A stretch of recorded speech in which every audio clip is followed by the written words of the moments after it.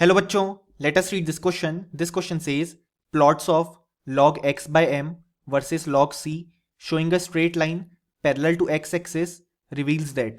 और हमारे ऑप्शंस हैं option A n is equal to 0, option B 1 by n is equal to 0, option C c is equal to 0, option D log c is equal to constant. So इस question में कहा गया है कि जब हम log x by m versus log c का curve plot करेंगे तो वो कर्व आ रहा है हमारे पास straight line parallel to x axis. So इससे हमें क्या पता चलता है? सो इस क्वेश्चन को सॉल्व करने के लिए हमें जो की कॉन्सेप्ट रिक्वायर्ड है वो है फ्रूनलिच एड्सॉर्प्शन आइसोथर्म. अब यहां पे जो ये फ्रूनलिच एड्सॉर्प्शन आइसोथर्म होता है वो यूज किया जाता है for adsorption of a gas on solid surface. अब यहाँ पे अगर हम देखें तो जो फ्रूनलिच एड्सॉर्प्शन आइसोथर्म होता है वो कहता है कि x by M is equal to k p to the power 1 by n. अब यहाँ पे p प्रेशर डिनोट कर रहा है, लेकिन अगर सिचुएशन में हमारे पास प्रेशर मेंशन नहीं है सो हम इसे कंसंट्रेशन से भी रिलेट कर सकते हैं. सो यहाँ पे ये हमारे पास डिजायर्ड इक्वेशन आ गई. अब अगर हम इस इक्वेशन को देखें तो ये x by M is equal to k c to the power 1 by n. अब अगर हम दोनों साइड लॉग ले लें तो हमारे पास आ जाएगा log x by M is equal to log k c to the power 1 by n. अब यहाँ पे इसको हम ब्रेक डाउन कर सकते हैं to form log a plus log b, जहाँ पे इस केस में a की वैल्यू है k और b की वैल्यू है c to the power 1 by n. यानी कि log x बाय एम आ जाएगा हमारे पास log k plus log c to the power 1 by n by using this identity.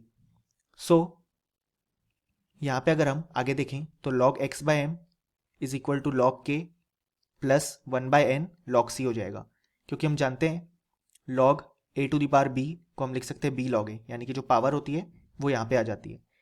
अब यहाँ पे हमारे पास क्वेश्चन में ग्राफ प्लॉट किया गया है between log x by M versus log c, यानी कि यहाँ पे y एक्सिस पे ये पार्ट प्रेजेंट है और x एक्सिस पे ये वाला पार्ट प्रेजेंट है. अब अगर हम इसे स्टैंडर्ड इक्वेशन से कंपेयर करें ऑफ अ स्ट्रेट लाइन तो वो होती है y is equal to m x plus c, और हमारे पास यहाँ पे इक्वेशन आई है log x by M is equal to 1 by N log c plus log k.